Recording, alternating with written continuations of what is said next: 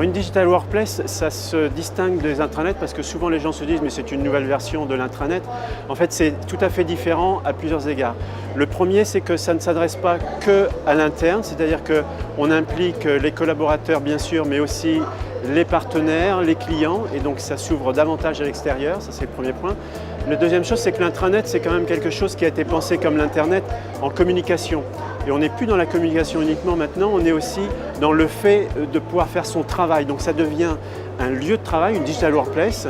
Et le troisième point, c'est qu'on est souvent en mobilité. On est répartis sur la planète, ou bien on est en train de se faire son travail à distance, en télétravail, ou bien en mobilité.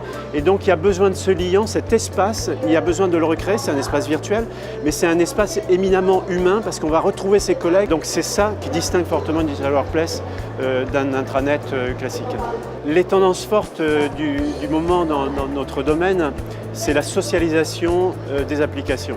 C'est-à-dire que c'est ce qui s'est passé avec le réseau social d'entreprise. On a socialisé la relation entre les personnes et c'est vraiment ce qui est en train de se faire dans toutes les applications. On n'est plus tout seul et on va pouvoir mettre des commentaires, on va pouvoir interpeller les personnes, on va pouvoir se sentir à plusieurs sur les mêmes sujets. Et donc cette socialisation des applications, ça va dans la continuité des Digital Workplace, c'est ce qui permet de créer ce lien. Et moi je trouve que ce qui est formidable, c'est que quand on parlait d'informatique autrefois c'était déshumanisant, c'était des données, etc. Aujourd'hui c'est de l'humain, c'est-à-dire qu'on met des personnes en relation et on donne du sens aux choses. Et ça c'est l'aspect socialisation, c'est une tendance de force pour plusieurs années. Alors justement dans cette direction de socialisation, c'est le social learning. Le social learning c'est d'apprendre à plusieurs. Et en quoi c'est nouveau? C'est que ça ne va pas remplacer le présentiel. Pourquoi? Parce que c'est important d'avoir des gens qui nous communiquent une passion, qui permettent cet échange physique.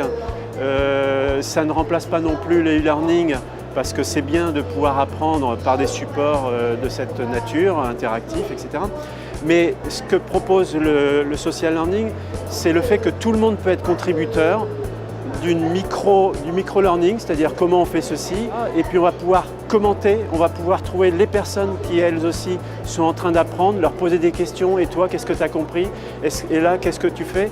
Et donc ça c'est une tendance très forte aussi. Le social learning, ça va révolutionner la façon dont on apprend. L'économie est immédiate parce qu'on évite d'avoir des personnes qui se déplacent, on évite de faire des formations learning coûteuses et surtout, on profite des connaissances de l'entreprise. Comment on démonte une pompe? Eh bien, un ouvrier peut le montrer avec une vidéo et c'est très efficace.